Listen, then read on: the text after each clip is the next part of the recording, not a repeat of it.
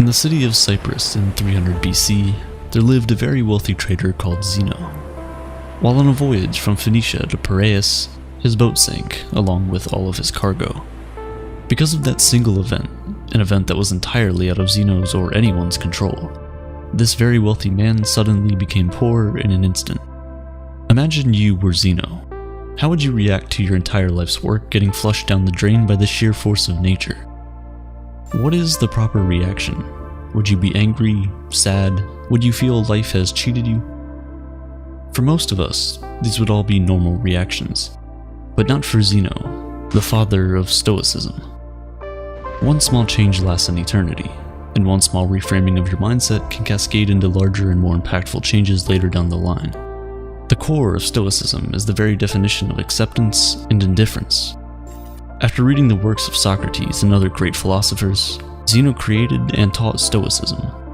According to Zeno, although we don't have much control over what happens to us, we do have control of how it affects us, and we must use this control to great effect.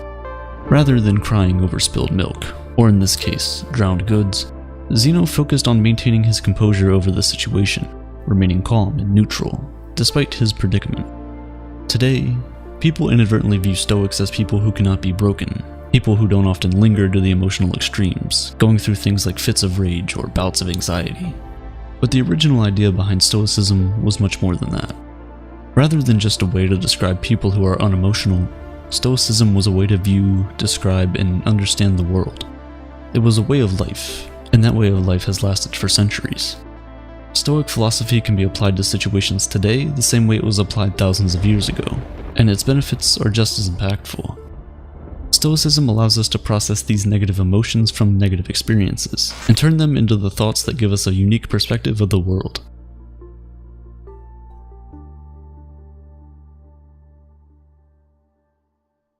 Perspective is everything, and everyone in the world has different experiences and thus different perspectives on things. Since the Stoics gathered, discussed, and taught philosophy in a public place, their general philosophy was widely known. They believed that the Stoic principles could greatly benefit anyone and everyone, and so it didn't make sense for them to hide that knowledge behind the four walls of a school or of the palace courtyards. As a result, everyone from slave to emperor could learn and become a Stoic. And they did. Some of the world's most notable Stoics include Epictetus, which translates to acquired, as he was once owned as a slave, Seneca, who was a well-renowned statesman, and Marcus Aurelius, a Roman emperor and one of the most powerful men to have ever lived. The early Stoics practiced what they preached, avoiding all forms of segregation and leading the fight against inequality. They even invented the word cosmopolitan, which literally means citizen of the world. When people hear that word now, we think of cities like New York, Toronto, Dubai, and London because of how diverse they are. This was the type of unity and togetherness that the Stoics preached. Even at a time when it wasn't popular, women were allowed to freely learn about Stoicism and become Stoics themselves. So why do so many people adopt Stoicism as a way of life? In a world full of unexpected turns of events, our emotions can tend to get in the way of things. In reality, we don't really get sad because bad things happen to us, we get sad because unexpected bad things happen to us. Rain is a good thing. It helps to water our plants, provides water for livestock, and keeps the temperature cool and humid. But the truth is, when that dark cloud catches you outside without an umbrella, it's never a good experience. So why don't we start crying once it starts to rain? It's because although the situation is bad, we've learned to expect rain. It's something that is unavoidable. We can't control the weather. Although it sucks, the rain passes and the light returns. Stoicism teaches us that, in the same way, we should expect that everything bad that can happen will happen. Picture the worst outcome, and be content knowing it could happen. One of the Stoic exercises is known as voluntary discomfort, an exercise aimed at increasing feelings of gratitude. Sleep on the floor of your kitchen, taking cold showers when you normally take hot ones, eat nothing but potatoes for a few days, things like this. This exercise helps you to understand that no matter how hard it gets, you'll still survive and potentially thrive if your mindset is right. By being able to withstand these uncomfortable situations, we indirectly prepare our mental for future misfortunes. With the current state of the world where advertisements are constantly being shoved down our throats, we're made to believe that if we don't have the next best thing, look a certain way, or make a certain amount of money, that we will never be happy. This message is more important now than ever. We enter the world not knowing much of anything. We grow up being taught things at home, in school, and by observing the world for ourselves.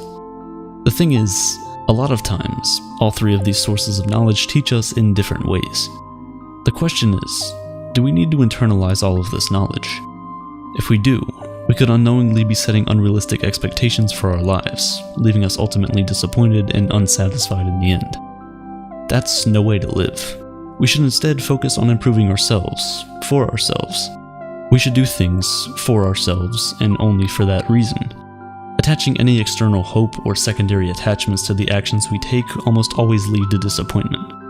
Most of the time, we end up trying to fulfill that emptiness with external things, blowing all your money on a fancy car, a house, or even starting a family. Sometimes we do all of these things for their external value and not their internal value. But Stoicism teaches that if you approach life this way, you place your happiness in the hands of external forces, forces that can always fail. Cars almost always break down, natural disasters wipe away entire cities, and divorce rates climb higher and higher each year. But even the free things in life come at a cost. The cost of space, both physical and mental. As Seneca once wrote, "Learning to live with less will create space in your life for the things that truly matter to you." Instead, we must place our happiness on our intrinsic value as humans and on nothing we have or can physically acquire. We must choose to do our best to keep a cool head, regardless of what life throws at us. Because regardless of what it is we want, at the end of the day, we don't have any control over the majority of things that happen to us, but we do have all the control over how we react to those things. That is the dichotomy of control, the most important principle in Stoic philosophy. Stoics teach that we must learn to separate what we control from what we cannot control. We need to determine our value not from things we can't control, but from the things we can. Striving towards goals is a good trait, but breaking down when those things don't go your way is, in a Stoic's point of view, useless. Making YouTube videos is, well, a lot easier than being a Roman emperor, but it can still prove to be challenging sometimes. First, you must form your idea, which takes forever. Then research that idea. Scrap it because it sucks. Start over, script the video, create the video, edit it, make the title, thumbnail, and everything else before you hit upload. Everything up until the point where you click upload is all up to you. However, once you click that upload button, the power shifts to the YouTube algorithm. Still, a lot of people judge the success of their YouTube channel or Instagram account based on how many views and subscribers or followers they have, metrics of which, for the most part, are beyond your control. Stoics teach that instead, you should judge the success of your work based on the amount of effort you put in, and not on the outcome of your external hopes. Trust the process. Think about a person who has been working hard at their job for the past 6 months. He now feels he deserves a promotion, and so he walks up to his boss with his performance report. The boss says thanks, doesn't grant him the promotion, and he goes home thinking he must suck at his job. He doesn't consider that the boss might have simply woken up angry, someone else might have been better qualified at the time, or maybe the company was just losing money and couldn't afford it. He doesn't know the reason, but he's still upset. If he simply placed his value on the quality of the performance report he turned in, kept doing what he was doing to earn the promotion he wanted, he could have been much happier overall. With the right perspective, his goal wouldn't have been diminished, but just postponed. It's this reframing of your mindset that is crucial. A true Stoic does not view their successes based on the financial gain of their ventures, but is comforted by the fact that they can live a comfortable life without all the things money can buy. These are the 4 main virtues of Stoicism: wisdom, courage, temperance, and justice. Wisdom is being able to separate between what is internal and what is external, and the ability to choose our reaction to the things that happen to us. As Viktor Frankl said, between stimulus and response, there is a space, and that space is our power to choose our response. Courage. 2 words: persist and resist. Temperance, or moderation, is what I just did there, doing more with less, saying more with fewer words. While Jeff Bezos and Elon Musk are fighting at the top of the Forbes list, Stoics believe that the limit of wealth should simply be having what is essential, and then having what is enough. Justice is the most important of all the virtues. It instructs that no one should do harm to another because we were all born for each other, to do good to one another, and not to ourselves. Nelson Mandela was one of the most famous African leaders in the world. While he was fighting against apartheid, he got sentenced to life imprisonment, where he stayed for 27 years before finally being released. When he was released from prison, he was elected president of South Africa, and thus, many people thought he was going to brutally punish all the people that had anything to do with apartheid or his imprisonment. But of course, he did not. Throughout his time in prison, Mandela read the works of Marcus Aurelius and learned many of the core values of Stoicism, all of which he practiced throughout his life. Instead of calling for the heads of the wrongdoers, Nelson Mandela urged his people to instead seek the opposite, to relax and rebuild. He stressed that the past was now beyond their control, and that the only thing they could do was find a way to move forward and build a better nation. This is the way of the Stoic. In modern-day medicine, Stoicism is at the core of procedures like rational emotive behavioral therapy and logotherapy. REBT helps patients to identify negative thought patterns that might be causing emotional and behavioral issues. It allows you to challenge the reasoning behind all these negative thoughts with logic, and when you realize that many of them are unfounded, you can then replace them with more productive and healthier beliefs. Logotherapy, on the other hand, is based on the Stoic principle that humans are driven by purpose. Even in the darkest of situations, we can fill our lives with meaning and happiness by simply finding out what that purpose is. As many of us know, though, this is easier said than done. It's a process, much like everything else. We have to rewire the way we think, out with the old, in with the new. To fix our problems with happiness, we must practice self-worth. By redirecting our definition of value to the things that we can control, we can stop getting fixated on the things we cannot control. And overall, we can lead a much happier and more fulfilling life. Stoicism helps us steer through past and present storms into calmer and more peaceful waters. And if our ship sinks and we all drown, we can take peace in the fact that we lived a good life, albeit not as long as we had hoped. Because remember, everything has an end.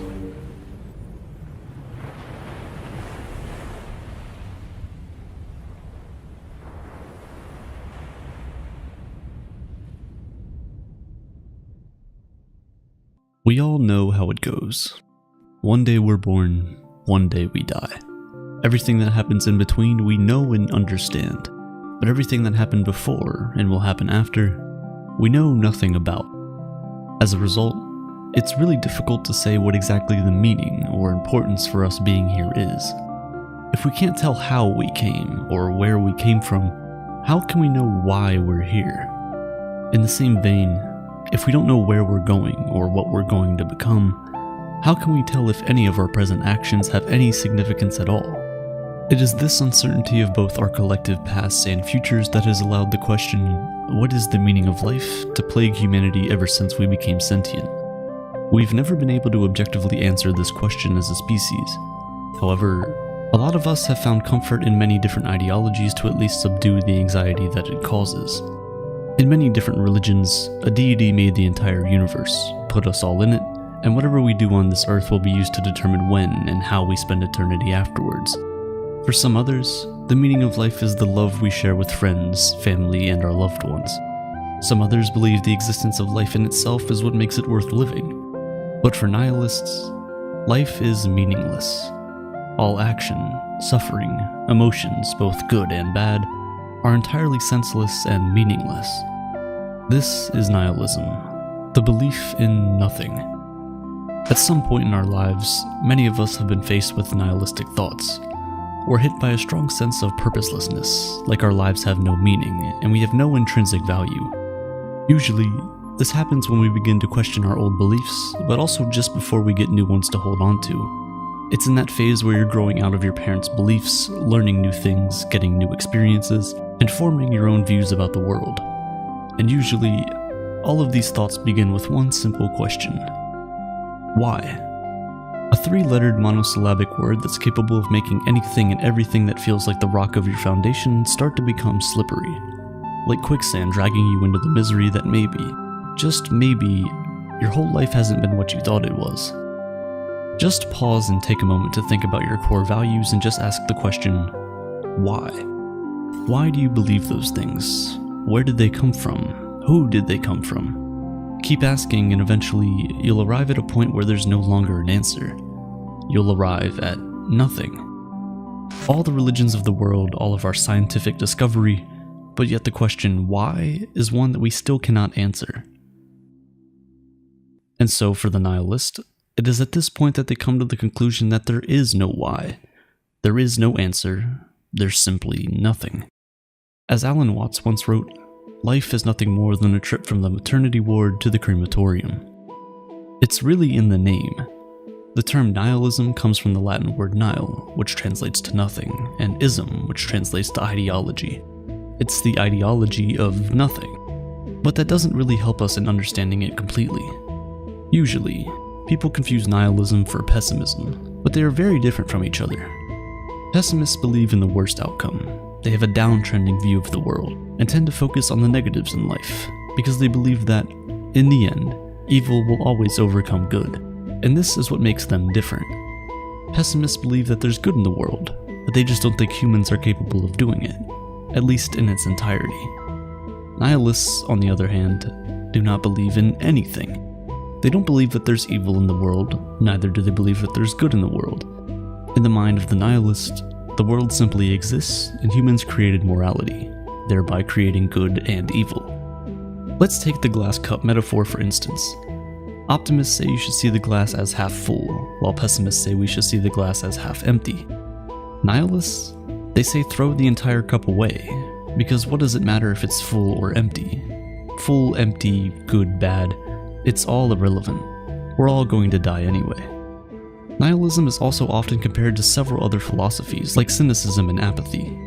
But again, they are all very different from one another, and correctly categorizing your thoughts in these baskets may be harder than you think. Cynics believe that people are always motivated by self-interest. They don't believe that anyone can have intrinsically good motives. They have no faith in the human species and believe that we're all entirely selfish, only fighting for our own benefit. However, the idea that humans are not good means that in the mind of the cynic, good exists out there somewhere, just not in humans. In the mind of the nihilist, nothing exists out there. There's no good or evil. They don't see people as evil, neither do they see them as good, because they don't believe either of those things exist. They're simply traits we've applied to things. Apathetic people just don't care. They believe that there's meaning to life, but they simply don't care about it. Nihilism, on the other hand, is the idea that there's no grand design or purpose, nothing to believe in, and therefore no meaning. This brings to mind the paradox of nihilism.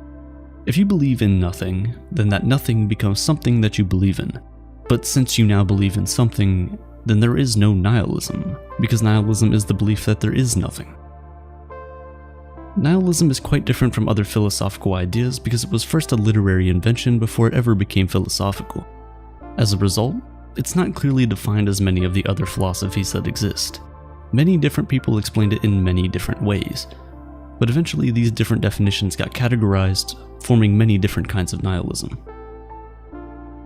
There's political nihilism.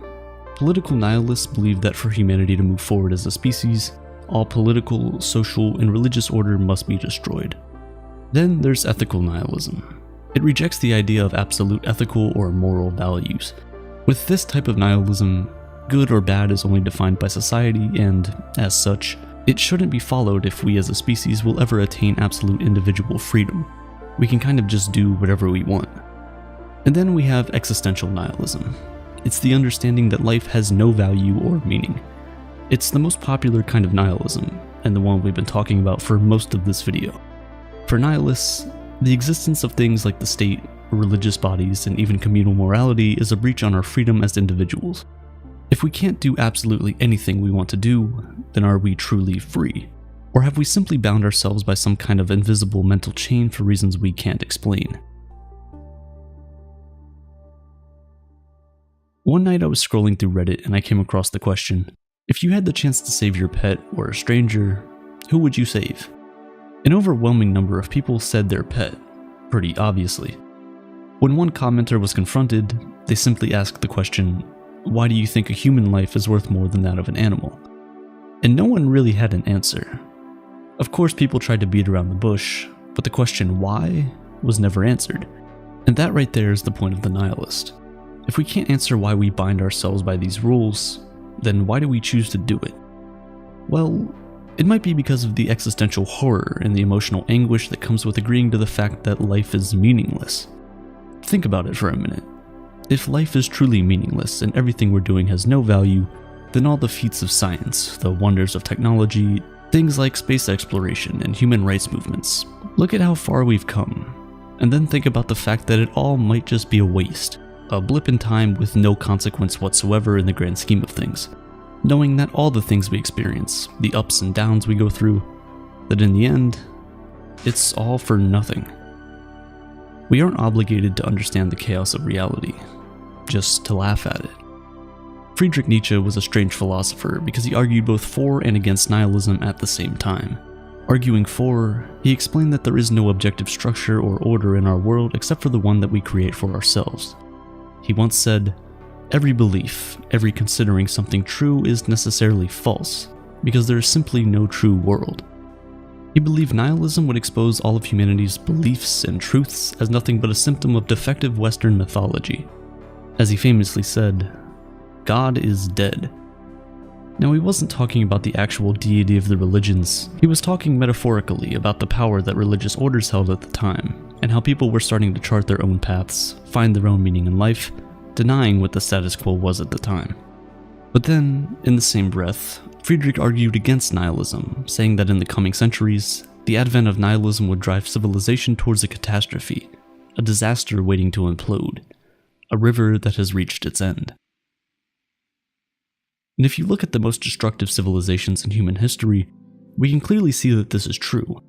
Long-standing cultural traditions, beliefs, religious institutions, and even financial systems are broken down, and nothingness starts to creep in. Think about it. If nothing matters and we're all just a random combination of transient atoms, how can we call Hitler objectively one of the worst humans to ever live for trying to wipe out an entire culture? At a fundamental level, most of us understand that all of these things are indeed terrible. But the danger is that because we cannot explain why we feel that way logically, we can never convince another person to follow the same path. And that is exactly what Friedrich feared. Some people still blame him for the Nazi era, because although he saw all of these dangers, he still continued preaching nihilism. He believed that if we could work through the breakdown of civilization that nihilism would eventually cause, we can then create a new course of action for mankind. He believed that to move forward as a species, we must create a new morality, one that does away with the prejudice of what existed before. Because at the end of the day, tearing down your old house shouldn't make you homeless. Rather, it should present you with an opportunity to build a bigger and better home. Pause and look around you for a moment. Observe everything that's going on, particularly on social media, and you can see that we as a species might just be heading for another nihilism outbreak. Religion no longer holds any say in what is morally acceptable. People are destroying long-standing beliefs and cultural practices, and are instead charting new courses for themselves. Anything, no matter how despicable you think it is, now has a loyal fan base defending why they have a right to do whatever it is they want to do. And in reality, why not? That's the question no one can answer. Humanity will keep shifting the needle forward ever so slightly, until one day, none of us will be able to tell the other that they're wrong, because why are they wrong? William Shakespeare once wrote, "Life's but a walking shadow, a poor player that struts and frets his hour upon the stage and then is heard no more. It is a tale told by an idiot, full of sound and fury, but signifying nothing." If life is truly meaningless and we have no purpose for being here, our response should be to make the best out of a bad situation. Instead of seeing the glass half full or half empty, we can simply throw it out and drink directly from the faucet until we're satisfied. Because at the end of the day, life alone is reason enough for living.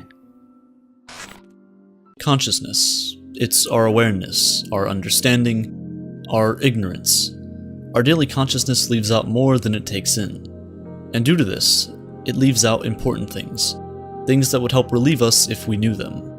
If we had a higher awareness, a better consciousness, we would feel better. We would be more at peace with things. The deep down truth of things is screened by our consciousness. Our sensory organs will pick things out. Our eyes can only see certain things, our ears can only hear certain things. We have to create instruments and other tools to see things we as humans cannot, to expand our understanding and thus our ego, or consciousness. Humans evolved and became the dominant species on Earth by a long shot. It's due to our innate ability to network with each other. If humanity was wiped out and restarted, like loading an old save file, communities would still form. Structures within society are inevitable due to the variety of brains. Some are good at critical thinking, others are more artistic. However, we are all wired with some innate features. Just as humans form societies that evolve, other creatures do as well. But we're different. We are customizable characters, basically.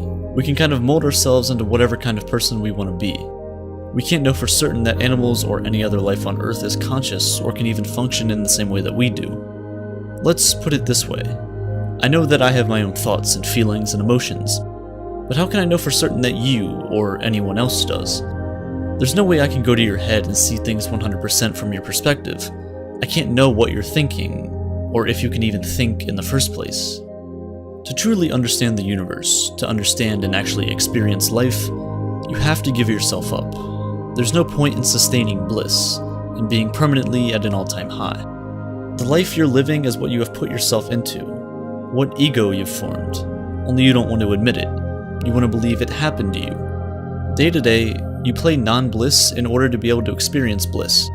You put yourself into bad situations, you let in the negative experiences in life just to feel some kind of satisfaction when it goes the other way.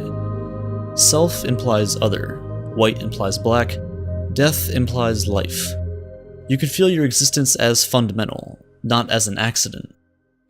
At the basic level, at the lowest level imaginable, you are the fundamentals of existence.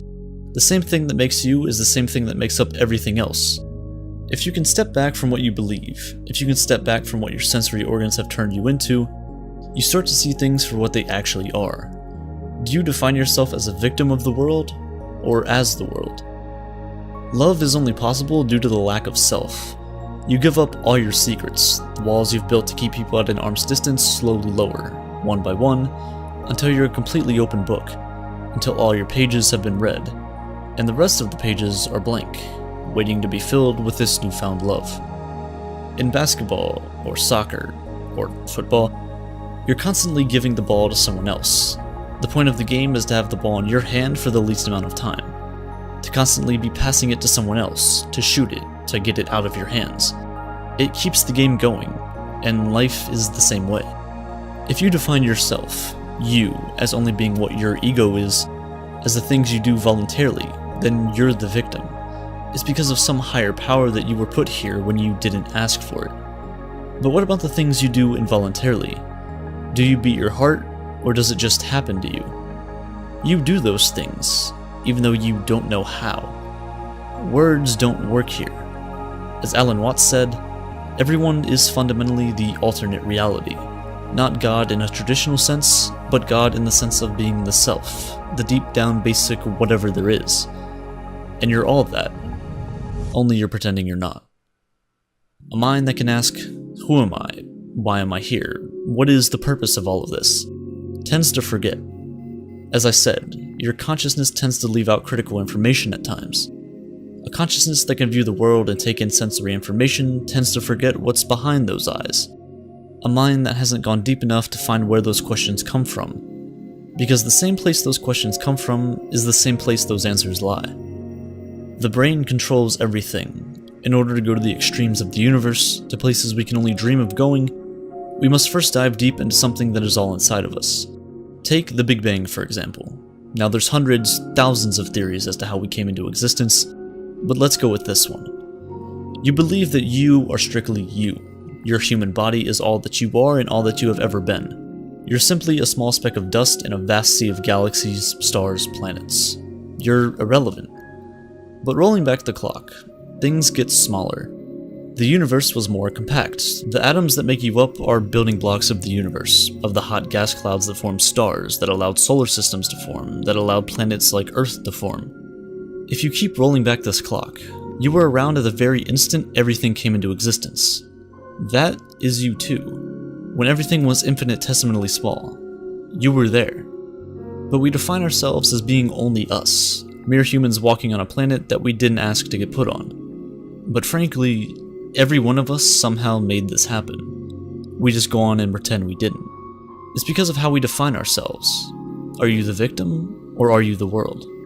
As cringy as it may sound, everyone you meet is just a small packet of the universe. A present, whether they're a pleasant one or not, that was packaged together from billions of years of engineering and architecture on a universal scale. But instead, we define ourselves as something completely separate from it, something not connected whatsoever, which is a foolish view. We tend to search for how the universe came into being, but we're just the universe trying to understand itself. In order to get to that conclusion, we have to reframe our mindset. We're not as different as we all think. Your name is given to you at birth. Your ideas and personality are collected from the world. Scraps, bits and pieces here and there cling to you like a magnet. So what part of you is you? We are all different manifestations of consciousness, but we are all fundamentally the same thing. We all may have different egos, different personalities, but when you step back, drop the ego, we are all connected. View the universe as a forest. Every one of us is a twig, a leaf, a branch. But together, we form life. Our origin, our roots, are connected together. Just as the roots of trees form a vast network which brings these massive forests to life, humanity's roots all come from the same place. Energy cannot be created or destroyed. It can only be transferred from one form of energy to another. But many of us have this fear that it's all going to come to an end. And while yes, your life will end, your energy will not. It will continue onward, forever. But our consciousness has convinced us otherwise. We form this thought process, almost like we've been hypnotized, to think that we are all there is and all there ever will be, and that it's all going to come to an end. This leaves us unsatisfied and unhappy. But the universe is continuous, and you are technically the universe, so you will continue on as well. Your death is not the end of you, it's the death of your ego. Many people experience the same exact thing while living. Ego death. It tends to be induced through psychedelic drugs, LSD, shrooms, the list goes on. While working on this video, I actually experienced it myself, and although not intentional, it provided clarity in a way I've never before experienced. It's not the ego in the vernacular sense, as describing a person's self-worth. It's the philosophical ego. It's the complete loss of subjective self-identity. Everything that you believe you are will disappear. You're void of emotion, of connection to anything around you, of connection to what makes you, you. The idea of being a person doesn't make any sense. The words I, me, and myself have zero meaning whatsoever. The world can normally be put into two categories, myself and not myself. While experiencing ego death, this line is blurred. I am completely gone. There's only the awareness of existence. The lifetime accumulation of your thoughts and emotions are put on pause. It's as if you're on a cliff approaching an infinite void beneath you. Your life is continuous and exists all the way up the mountain until you reach the edge. Beneath you, though, is the unknown. Ego death is jumping into that void, leaving behind everything you've ever known. It's as if you've stepped out of your body into a separate entity. You start to see things for what they actually are, but things don't actually exist. Things is just a noun, it's a fragment of speech. And speech is just another instrument we've created to try and understand the world around us. Our senses allow us to go about our daily lives and traverse the world, but they don't really offer any explanations, so we have to make them up ourselves. While experiencing ego death, you disconnect from all of that. You have a heightened awareness. It's truly as if you're experiencing a higher level of consciousness that no person can understand. You reach this level that words can't explain. The instruments we made to try and understand our place in the universe shatter completely. Explaining it in terms of I saw or I felt don't seem reasonable. Our languages are instruments created to explain things that someone experiences. But while undergoing ego death, there is no someone. There is no me. So how do you describe it? It's as if your slate was wiped clean, your character's save file was corrupted, but you're still in the game. Because of this, ego death can be scary. But it can also be a very enlightening experience. It's both constricting and freeing. It's white and black. It's like you're defining what life is like through experiencing death. We cannot be more sensitive and welcoming to pleasure without being more sensitive and accepting to pain. You're flying and sinking at the same time, being pulled from below, and above, in every direction, at once. While going through it, I ended up reaching a moment of acceptance. Ego death, while often extremely anxiety-inducing, offers a glimpse into a reality free of that. A life free of your personal flaws, your daily thoughts, your responsibilities. It personally feels as if time is frozen, and wherever your mind wanders is free to judge things as they truly are. You are the observer and the observable. Surprisingly, the conclusion I came to is the same conclusion I came to while making a previous video of mine, and it's that nothing in life really matters. Fear in general tends to come from us not being able to make peace with the chaos that is the universe, not being able to cope with the idea of entropy, that everything is tending towards disorder. Forming an ego is disorderly in the same way. You go further and further down your own tunnel and stray further from everyone else. Experiencing ego death is breaking out of that tunnel, pulling back, and understanding that the network of these tunnels that encompass every human on Earth all eventually return back to the same place. When I die, when my ego is completely gone forever, when my physical body breaks down and no longer resembles the form it's in today, I'll still somehow be here. Right now, I'm an hourglass. The sand is slowly leaking its way to the bottom, and eventually it'll all be there. It's the end of the line for me. But when that day comes, the universe will stop by, take the hourglass, flip it over, and whatever made me will then become something entirely different. We're all just a temporary collection of atoms, and whatever you and I subjectively believe we are won't last forever. But objectively, we will. For now, just enjoy the ride. In the year 165 CE, a black wave of death rose from the east and quickly spread across the globe faster than anyone could have ever imagined. They called it the Antonine Plague, after the reigning Roman emperor at the time, Caesar Marcus Aurelius Antoninus Augustus. Lasting throughout the time of his rule, this plague claimed upwards of 18 million lives and nearly destroyed the Roman Empire that entire armies could barely scathe. But it didn't.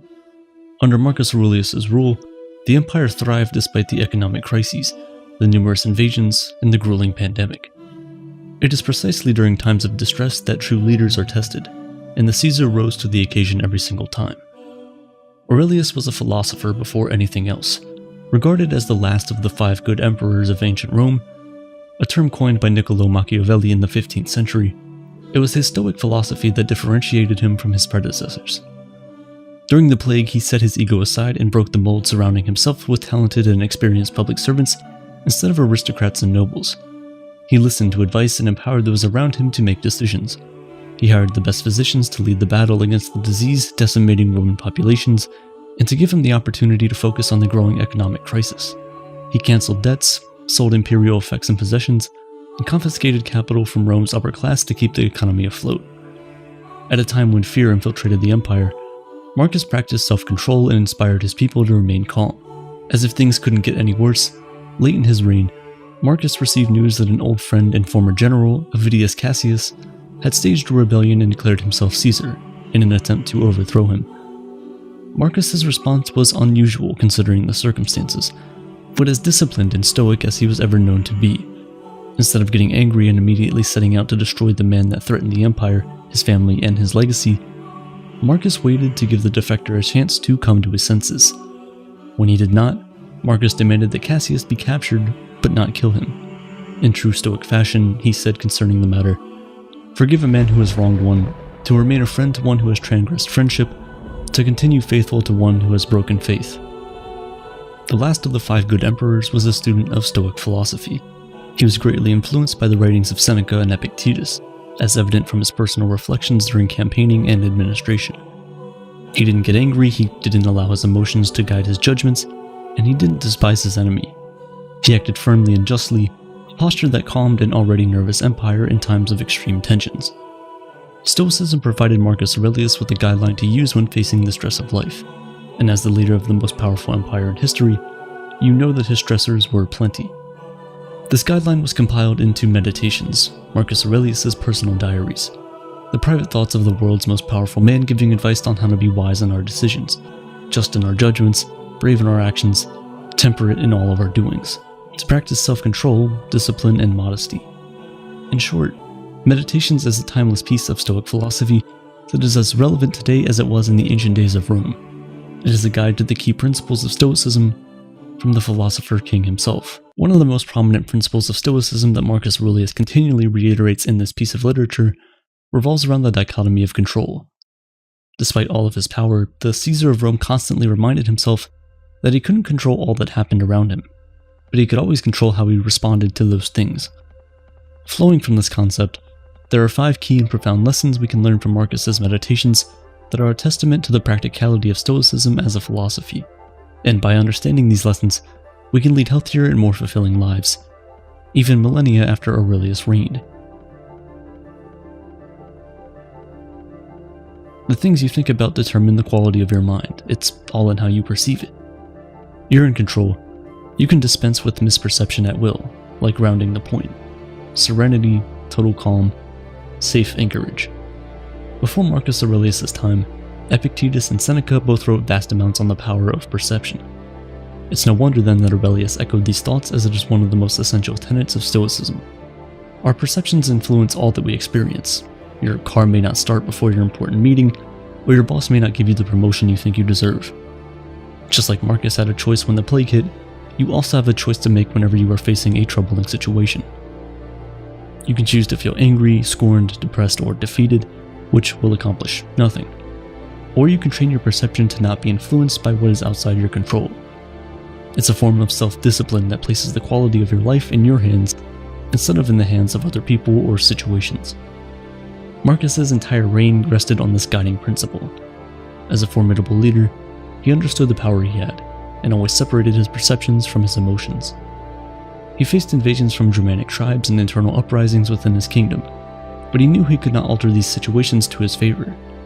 His true power came from within, from how he perceived these grievous situations. So instead of reacting rashly, he didn't allow these horrible negative effects to affect him. Instead, he seized his own mind and was able to make just decisions that were void of any emotional attachment, even in the face of the most troubling situations.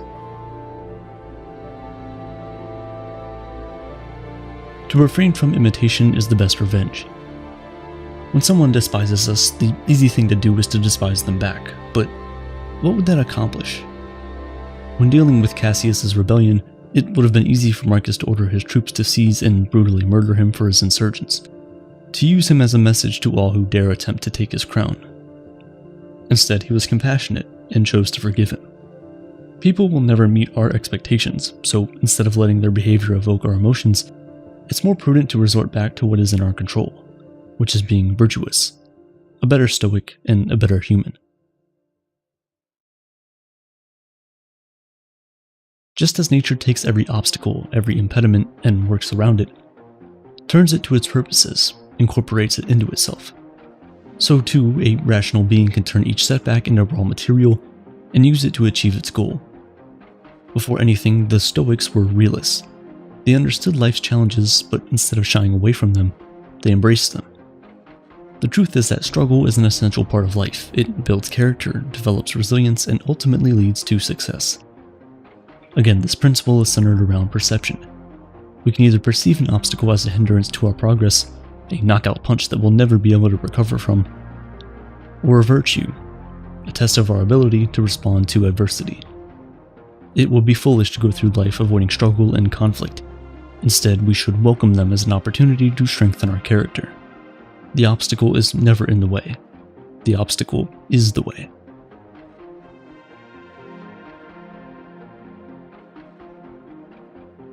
Accept the things to which fate binds you, and love the people with whom fate brings you together, but do so with all your heart.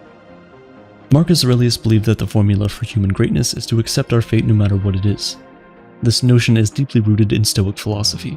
Whatever happens to you, you must love it, for it is your fate. Epictetus faced countless adversities throughout his life, but still embraced his destiny without complaining. He was tortured by a master who twisted his leg and broke it, permanently crippling him. Instead of spending the rest of his life feeling remorseful for himself, Epictetus took control of his mind instead and said, "Do not seek for things to happen the way you want them to. Rather, wish that what happens happens the way it happens. Then you will be happy." The true testament to being a Stoic is wanting nothing to be different, not better or worse. Strength of a person is in accepting what the universe has in store for you and not resisting it.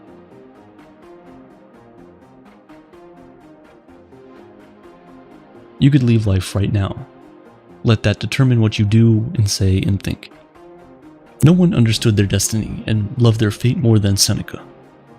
In 59 CE, Rome was ruled by an insecure and unjust emperor, Nero.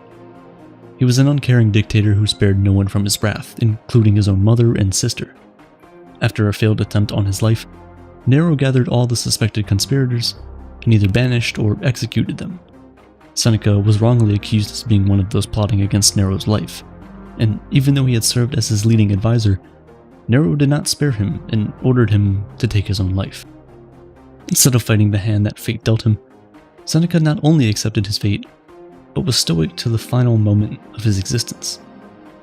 As he famously said, "What need is there to weep over parts of life, when the whole of it calls for tears?"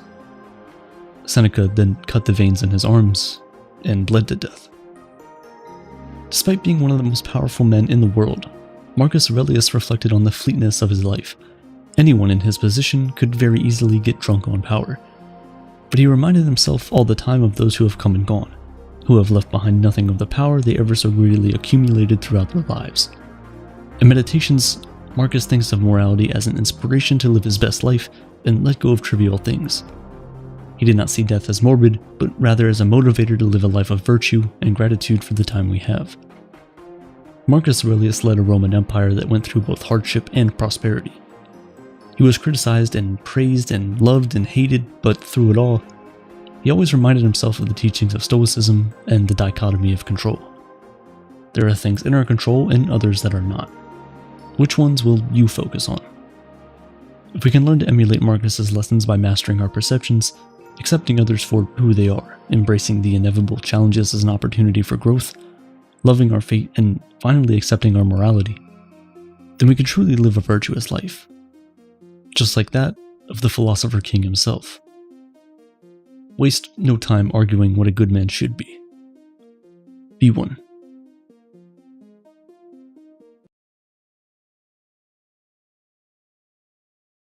In 2012, Drake made a song titled The Motto, but what most people remember from it is YOLO. YOLO tells you to live in the moment, enjoy life you have today, and not worry too much about tomorrow. Because at the end of the day, you only live once.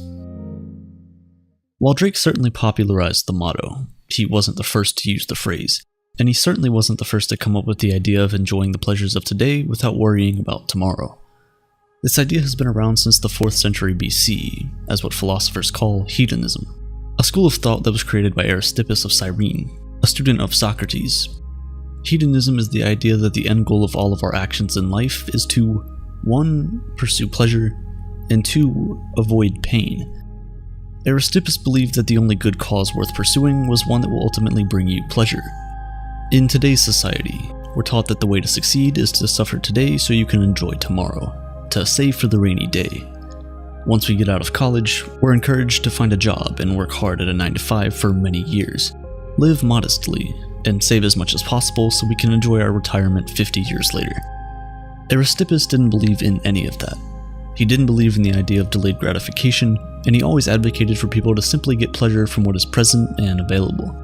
He was completely against the idea of suffering in the present in order to get something that only might be pleasurable in the future. So instead of telling students in college to study hard for their exams so they can land a good job after school, for example, Aristippus would encourage them to fraternize, drink, and party lavishly, because these are the pleasures that are readily available to them. On the one hand, you can see him as stupid and lacking foresight. After all, if you squander everything you have on the pleasures of today, you'll quickly run out of resources, and all of that pleasure will turn to pain. From people losing everything they had because of an addiction, to people living in poverty as a result of their own laziness, we've seen the results of solely focusing on the present pleasures. But on the other hand, there's some wisdom to this school of thought, because truly, tomorrow isn't promised to any one of us. What's the point in working hard at a 9-to-5 for 50 years, ignoring all of the pleasures of the time, only to die a few years before retirement? And let's say you do make it to retirement. The sad reality is that 1 in 4 people will have a disability by the age of 60, and the older you get, the chances of that happening increase drastically. Knowing all of this, is it still foolish to think that we are all better off just enjoying the pleasures that we do have in the present? Socrates and other philosophers at the time certainly believed so. A lot of philosophers hated the idea of hedonism, because saying that the end goal of the entire human existence is simply to pursue pleasure and avoid pain just sounded vain. This opposition, combined with the rise of Christianity in ancient Greece at the time, meant that this extremely rash idea of hedonism died with Aristippus. Many years later, Epicurus, who is considered the father of modern-day hedonism, redefined what hedonism was. And to do that, he had to start by redefining a certain word: pleasure. For Aristippus, pleasure was a state of ecstasy and excitement, that amazing feeling you have after biting into your favorite food or after that first sip of coffee in the morning. And for most of us, this is how we define pleasure. But not Epicurus. For Epicurus, pleasure was a state of tranquility. Instead of encouraging people to indulge themselves in constant gratification, Epicurus believed that the true meaning of pleasure was to kill the fear of both death and God, because only then would you truly be able to fully enjoy what this life has to offer. While Aristippus simply encouraged people to pursue pleasure, Epicurus believed that all human beings do everything to gain pleasure and absorb pain. He didn't encourage it, because according to him, that was our natural state anyway. To defend this point, Epicurus asks everyone to look at how babies view the world around them. They don't really understand how the world works yet, but they do understand two things: when something feels good, and when something feels bad. When something feels good, the baby is joyful and happy. When something feels bad, the baby cries because it wants that pain to stop, and it wants to return to said pleasurable state. I'm sure at this point you're wondering, if we're all solely pursuing pleasure, then what about selfless acts? Acts that are done solely because they are virtuous or valuable for other people and not ourselves. How do we describe those? Well, in hedonistic ideas, it's simply because those things make people feel heroic, which ends up being processed in your brain as a pleasurable feeling. So, at the core, it is still pleasure they're chasing, just not the kind we might be thinking about. According to hedonistic teachings, there are two types of pleasure. There's moving pleasure and there's static pleasure. Moving pleasure is when you're in the process of satisfying a desire. When you're hungry, you eat. When you're thirsty, you have a drink. When you need a timeout, you take a nap. Static pleasure is the tranquility you feel once you're done satisfying those needs. At this point, the adrenaline has finished coursing through your veins and you're left with a sweet feeling of satisfaction. In that moment, you feel a sense of tranquility and you keep feeling it until it is sadly replaced by pain.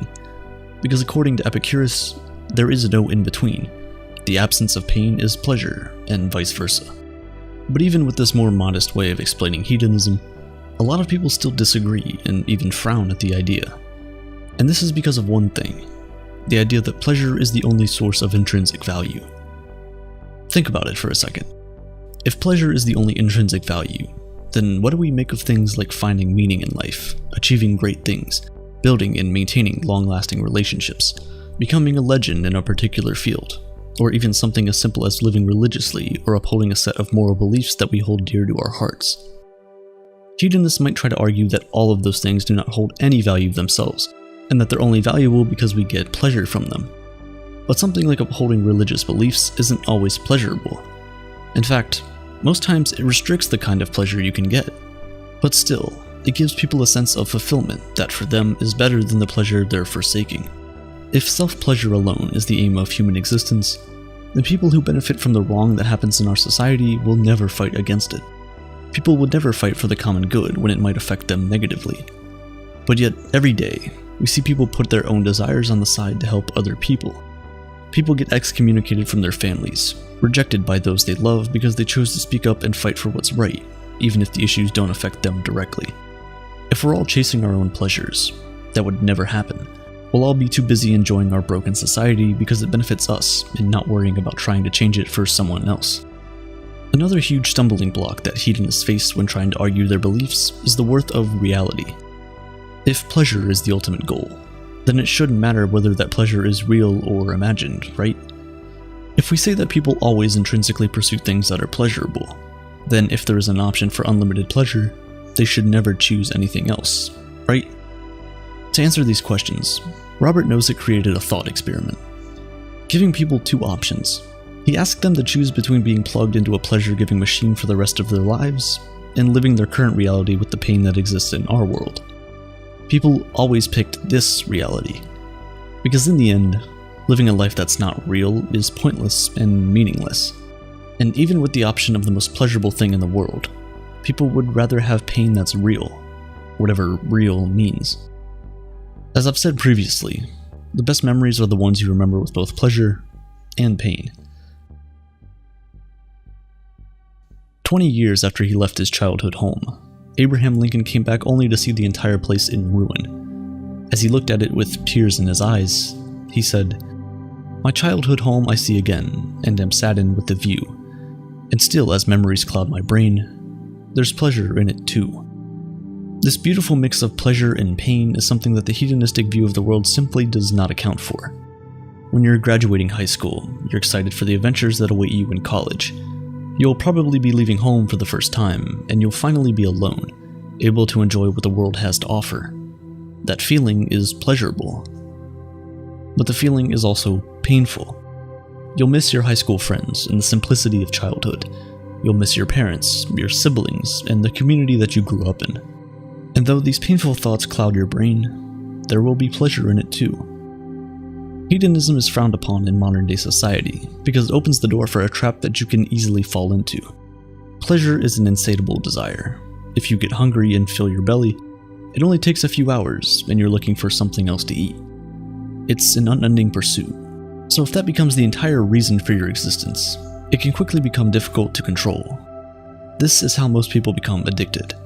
It starts out as just a fleeting pleasure, and before you know it, the reason you're doing those things stops being the pursuit of pleasure and starts being an unquenchable and uncontrollable thirst for those things. A trap that's very difficult to come out of, one that many people get stuck in for the rest of their lives. But this isn't to say that we can't learn some things from hedonistic principles, because as much as we might not like to think about it, it's true that tomorrow is not promised. So, we might as well make the best of today. Things like making a conscious decision to enjoy the little everyday pleasures can help us lead a happier life. If your car breaks down and you have to walk to school, don't be in haste. Embrace the journey. Walk with a friend, make jokes with them, and always leave each other on a good note. Craving a cup of coffee? Head out to your favorite coffee shop and order your favorite drink. You've earned it. You don't have to wait until you're retired before you can start reaping the fruit of your labor. Take those vacation days. The promotion can wait a few more months. Stay on that call with your friends for an extra hour. Missing an hour of study probably won't make you fail. Because even if seeking pleasure might not be the ultimate goal of human existence, it's certainly a worthwhile pursuit.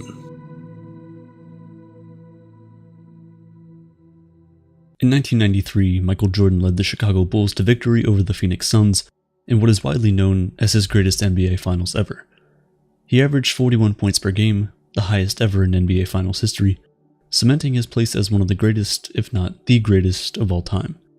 Of course, Jordan's raw talent and extensive training were key drivers in his success, but there was something else at play here, a state of mind that those at the top of their game seemed to be able to access. You see it in the surfer of the 100-foot wave, the concert violinist leading an orchestra, even in your coworker whose productivity seems superhuman.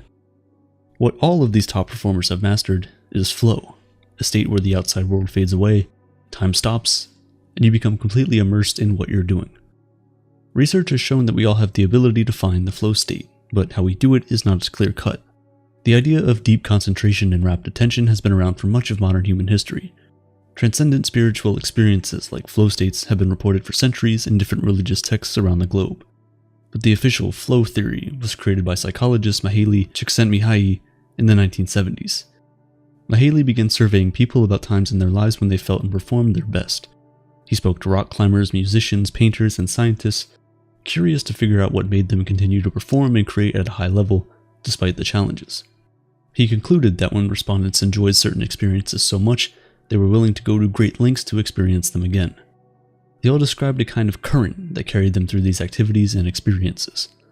Today, there are researchers and companies that devote their resources to unlocking the power of flow. Stephen Kotler, one of the leading researchers on flow, became interested in the topic after watching action sports athletes like snowboarders, skateboarders, or BMX bikers. How did they achieve seemingly impossible aerial tricks and death-defying moves with such grace over and over again? Kotler, like Mihaly before him, identified factors such as risk and challenge to be key to achieving a state of flow. Eventually, he founded the Flow Collective, a group which both researches flow and trains people and companies in the group to create a happier, more productive world. Challenging your mind means not getting caught in an echo chamber where the only opinions you hear reflect the ones you already own.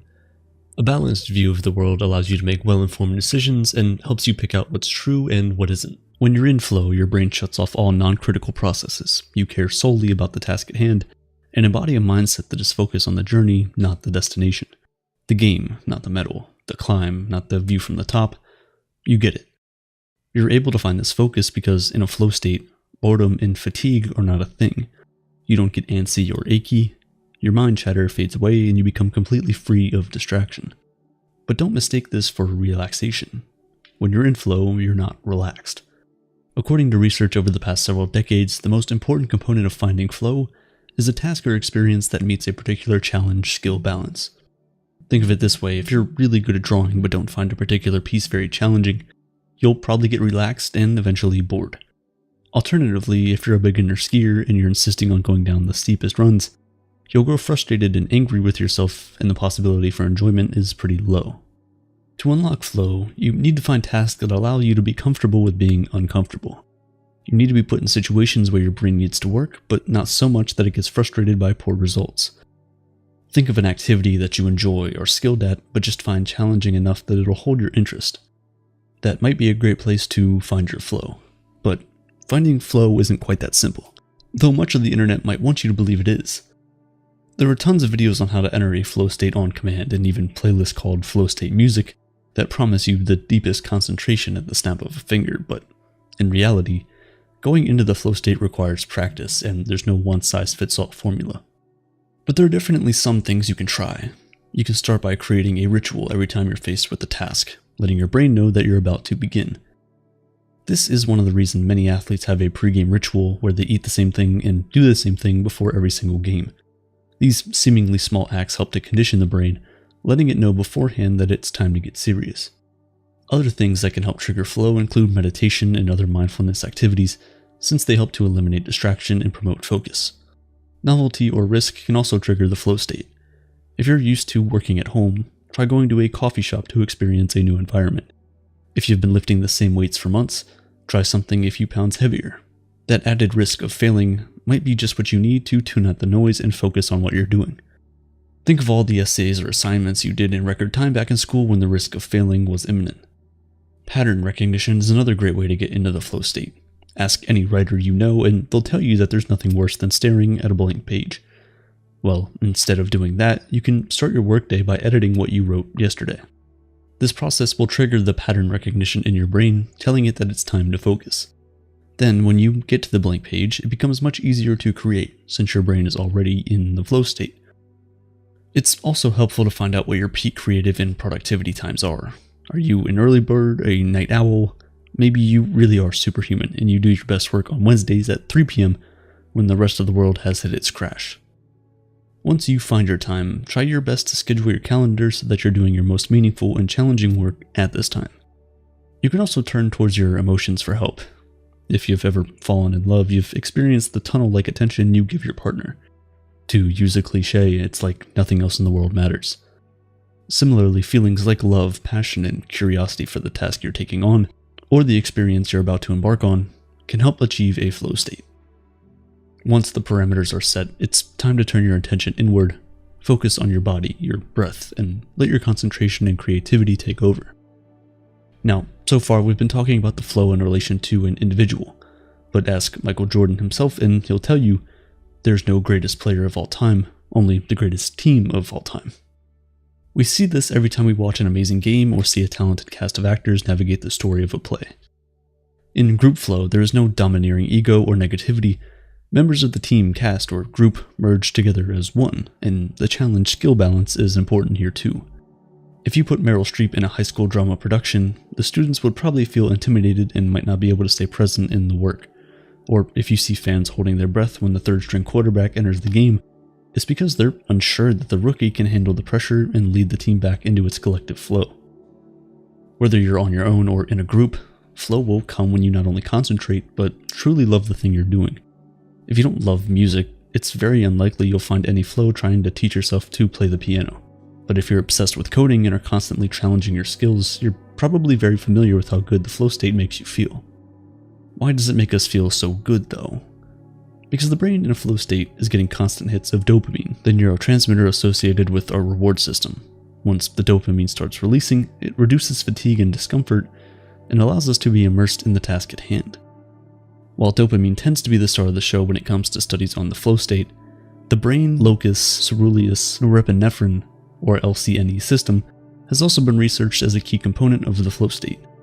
The LCNE system is involved in regulating how engaged we are with a task.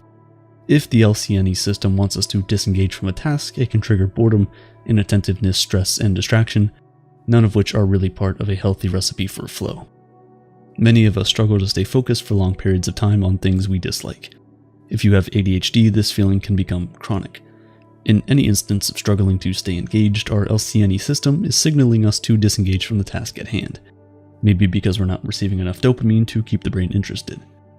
But if our reward system keeps firing and the LCNE system doesn't tell us to disengage, we find ourselves in control, feeling clear and having a sense of direction.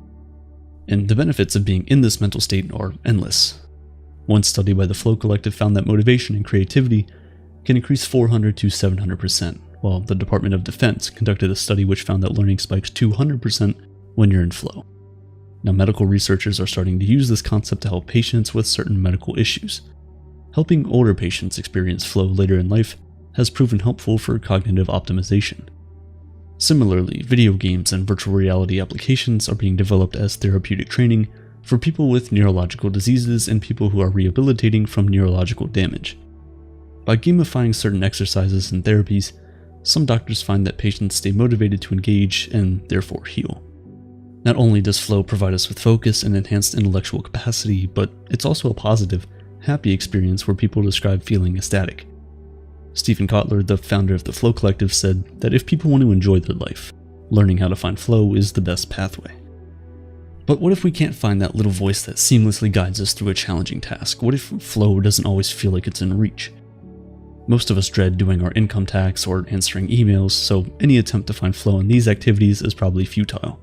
Yet, as with so many buzzy ideas, it can feel like we're expected to find flow in everything we do, or we're just wasting valuable productivity stored elsewhere somewhere in our brains. But the reality is that we can't find flow in every task, and we shouldn't feel like we have to.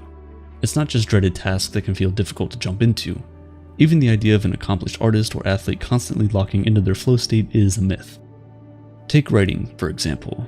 What's one feeling we don't get when we're in a flow state? Bored. If you've ever sat down to write anything creative, you know that a large part of writing is boredom. The quiet, wandering mind is where we conjure up ideas. It's easy to go down an internet rabbit hole of how to find your flow state. You might even be in one right now. As valuable as learning how to find your flow can be, obsessing over finding it will most likely have the opposite impact. Like anything else, finding flow is a skill, and learning new skills can be tough and frustrating to learn. Not being able to find flow, even in a task that meets all the parameters of enjoyment, challenge, and timing that we've talked about, doesn't mean the task isn't worth doing. If we start using flow as a precondition to get things done, we'll most likely get a lot less done.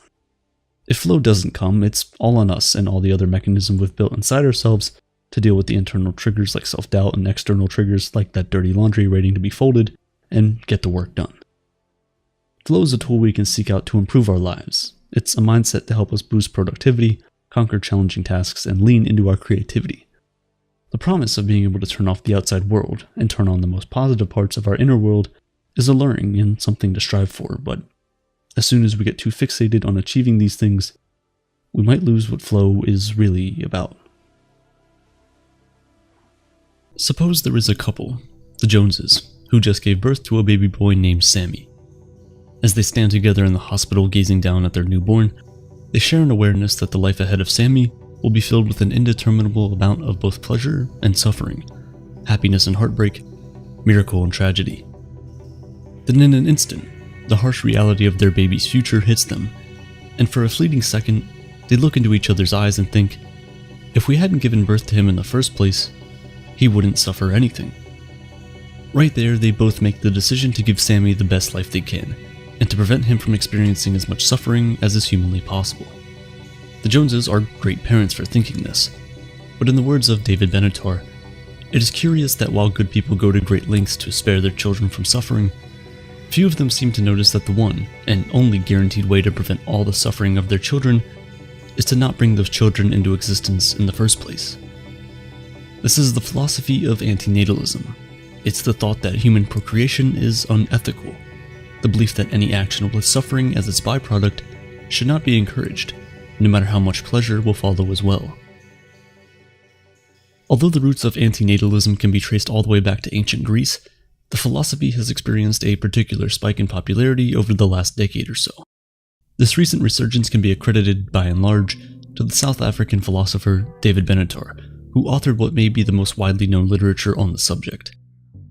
In his book Better Never to Have Been, Benatar argues that his antinatalist views come from a place of compassion, stating that the only way to truly prevent the suffering that comes with existence is to not exist in the first place. And he isn't the first person to have this thought. The Greek tragedian Sophocles once said, "Never to have been born is best." Heinrich Heine, the 19th century German poet, wrote, "Sleep is good, death is better, but of course, the best thing would have been to never have been born at all." And the preacher in Ecclesiastes said, "So I have praised the dead that are already dead more than the living that are yet alive. But better than both of them is he who has not yet been, who has not seen the evil work that is done under the sun." So as you can see, the school of thought that non-existence is inherently better than existence isn't a new one. In recent years, though, these ideas have given rise to the antinatalist belief that seeks to end human procreation. There are two different schools of thought under the antinatalistic argument. The first is the one David Benatar makes when he says we should spare the unborn from suffering that is life. This argument centers around the harm in which existence poses on the baby being born.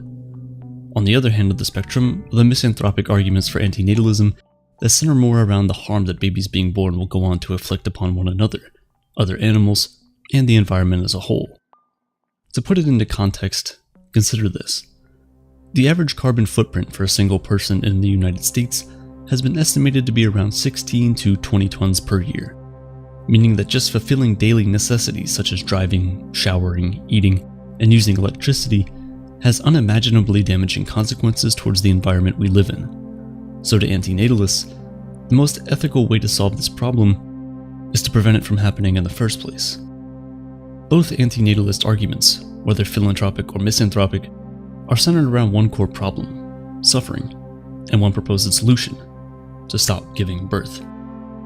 And you might say, well, what about all the good things in life? Why would you not want a child to experience all of that? Well, antinatalists believe that in human life, there is an inherent imbalance, or asymmetry, between pleasure and suffering. Let's take Sammy, for instance.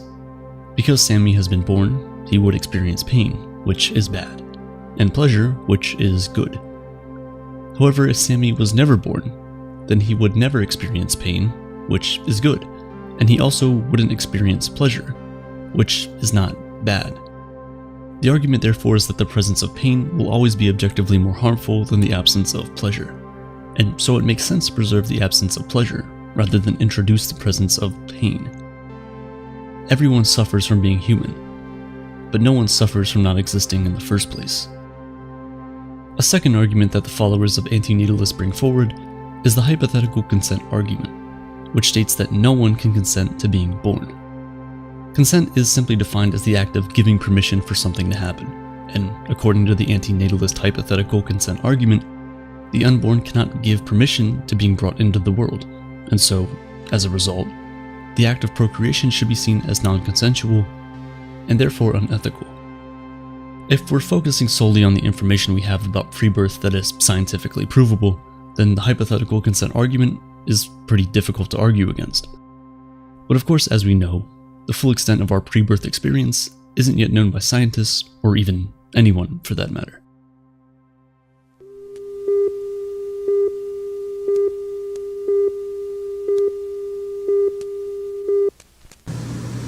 I am a psychologist, and I know that there are depths of the mind that have remained untapped for most of us in our normal business of going about our affairs. This uncertainty opens up the door for a wide array of pseudoscientists who seek to explore the nature of our pre-birth experience using methods which, although can't be definitely proven by science, still add some thought-provoking counterclaims that are worth considering. One of those pseudoscientists is Helen Wambach, who hypnotized 750 subjects in the 1970s and asked them the question, "Did you choose to be born?" The responses she aggregated were quite staggering. 81% of Wambach's subjects reported that they did choose to be born, while 19% reported that they were either unaware of the choice or they got no clear answer to that question. Of course, again, research and findings gathered from hypnosis can't be scientifically proven. But in the face of the seemingly unknowable, studies like this pose at least some perspective that should not be disregarded entirely. However, focusing back on the data that we do have definitive answers to, consider the story of Gold Mana, written by Sienna Shiffrin, which is used by antinatalists as an example for the hypothetical consent argument. Gold Mana is a wealthy man who lives on an island and decides one day, for reasons unknown, that he wants to donate some of his wealth to his neighbors on an adjacent island. These neighbors are comfortably off, but would still objectively benefit from his donation. Unfortunately though, due to historical tension between the governments of these neighboring islands, Gold Mana and his agents aren't able to physically go to the adjacent island, nor are they permitted by law to even communicate with the people living there. But still determined to donate, he handcrafts several heavy cubes of gold, each worth $5 million. Then he flies his plane over the neighboring island and drops the cubes down to the civilians underneath. He tries to avoid hitting people with the cubes, knowing that it could cause injury, but eventually after gifting several people with the wealth, he hits one person, who the story aptly names Unlucky. The impact of the cube breaks Unlucky's arm, yet at the same time grants them $5 million. Shiffrin acknowledges that, on the one hand, with all the elements of the story considered, Unlucky was an overall beneficiary of Gold Mana's actions, as the $5 million that they received is enough to cover the cost of the broken arm and then some. Yet on the other hand, Shiffrin argues that an objective wrong was still committed by Gold Mana, since the harm he inflicted onto Unlucky wasn't consensual, despite how much the payout might have outweighed the harm. Unlucky was living a decent life before Gold Mana came into the picture. His life wasn't pleasurable, but he didn't suffer any pain either. After the cube dropped on his arm, he experienced both pain and pleasure. In light of all this, we have to ask the question, which then is better? To have experienced pain and pleasure, or not any at all?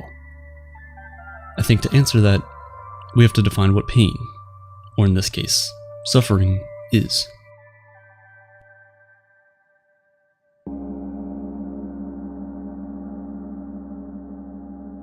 For millennia, philosophers have traveled to great depths to dissect what this experience really means, and why it corresponds so closely with human life. One of those philosophers was Fyodor Dostoevsky, the infamous Russian novelist whose work contemplates the spiritual dimensions of human psychology in extraordinary depth, and who invented the genre of existentialist literature. Dostoevsky's final book, The Brothers Karamazov, tells the story of three brothers, Dmitri, Ivan, and Alyosha, whose opposing spiritual and world views are forced into question when they are tasked with solving their father's murder. The novel's most theatrical ideological clash occurs between Ivan, the middle son who is broken away from his religious family in pursuit of a more Western and rationalist education, and Alyosha, his spirited younger brother who has chosen to remain attached to his family's faith. Ivan claims that due to the existence of suffering, and more specifically the suffering of innocent children, to believe in the omniscience of God and the goodness of people is illogical, impossible, and impermissible. He laments, "Listen, if everyone must suffer in order to buy eternal harmony, pray tell me what children have got to do with it. It's quite incomprehensible why they should have to suffer." Through the character of Ivan, Dostoevsky paints a clear picture of a man whose compassionate intellectualism supersedes his faith in humanity so far to the point where he rejects the idea of human life altogether. Sound familiar? Several parallels can be drawn between Dostoevsky's Ivan and Benatar's antinatalism, as both believe that if suffering is so synonymous with human life, then non-existence is the better alternative. This argument Ivan poses is more broadly referred to as the problem of evil, and it is one of the most ancient and compelling defenses against the belief of God that exists in philosophical literature to date. The argument's possible origins have been traced back to Epicurus, an ancient Greek sage, who famously asked, "Is God willing to prevent evil, but not able? Then he isn't omnipotent. Is he able but not willing? Then he is malevolent. Is he both able and willing? Then from whence comes evil?" The last question, whence comes evil, or in other words, where does evil come from, is yet another heavily debated subject, which is, of course, ultimately unanswerable.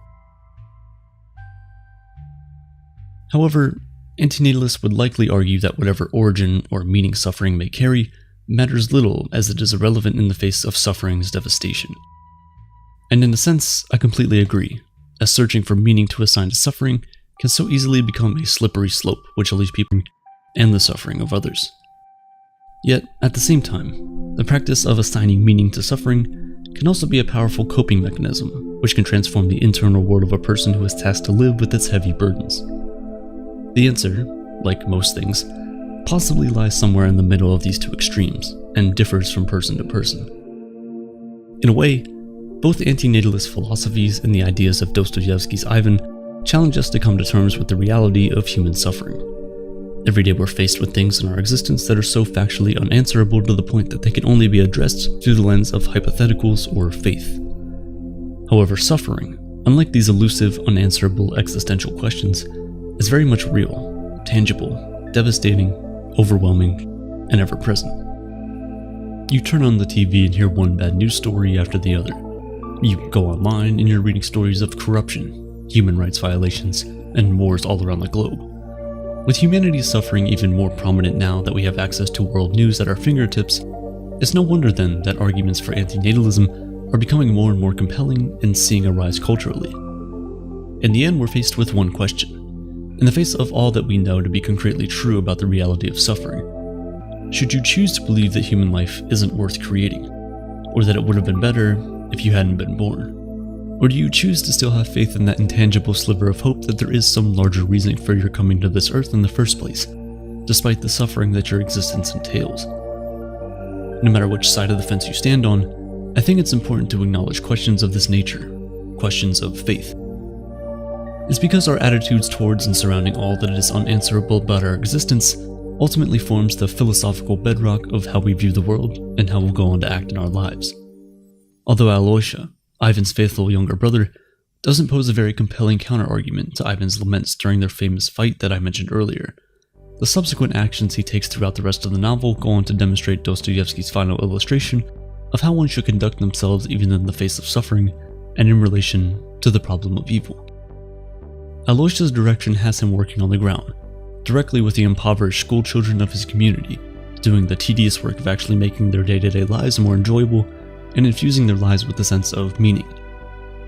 Alyosha becomes an active participant, helping out in every instance of suffering he encounters. This is made particularly clear through his mentorship of a young impoverished boy, whose suicide Alyosha prevents with his compassion. Meanwhile, Ivan spends the second half of the story dissolving into a state of delirium after realizing that his intellectual arguments against human life led to the murder of his own father, as they gave another man the confidence to abandon his faith and carry out an act of evil in the world. Dostoevsky's final message was that ultimately, the actions we take in the face of suffering matter more than the intellectual beliefs we hold and preach to others about the nature of suffering. To me, whether or not one chooses to believe that human procreation is ethical matters less than the quality of the subsequent actions which that belief system guides them to take in the world. Like the Joneses, would you be aware of the harsh reality of human suffering and prepare yourself to do everything in your power to protect the ones you love from it? Or will you simply throw your hands in the air and say, I didn't choose to be here anyways, so I don't care what happens? In the end, one should only feel confident holding beliefs against procreation after they can assess whether or not these beliefs can serve them with an effective means of coping with, and helping others to cope with, the suffering directly within and around them. Because, again, whether we realize it or not, our beliefs about the nature of existence hold great power over who we are, and how we act in the world. As Dostoevsky's final novel boldly states, is the only meaningful resource we have to combat the reality of suffering that comes with our existence.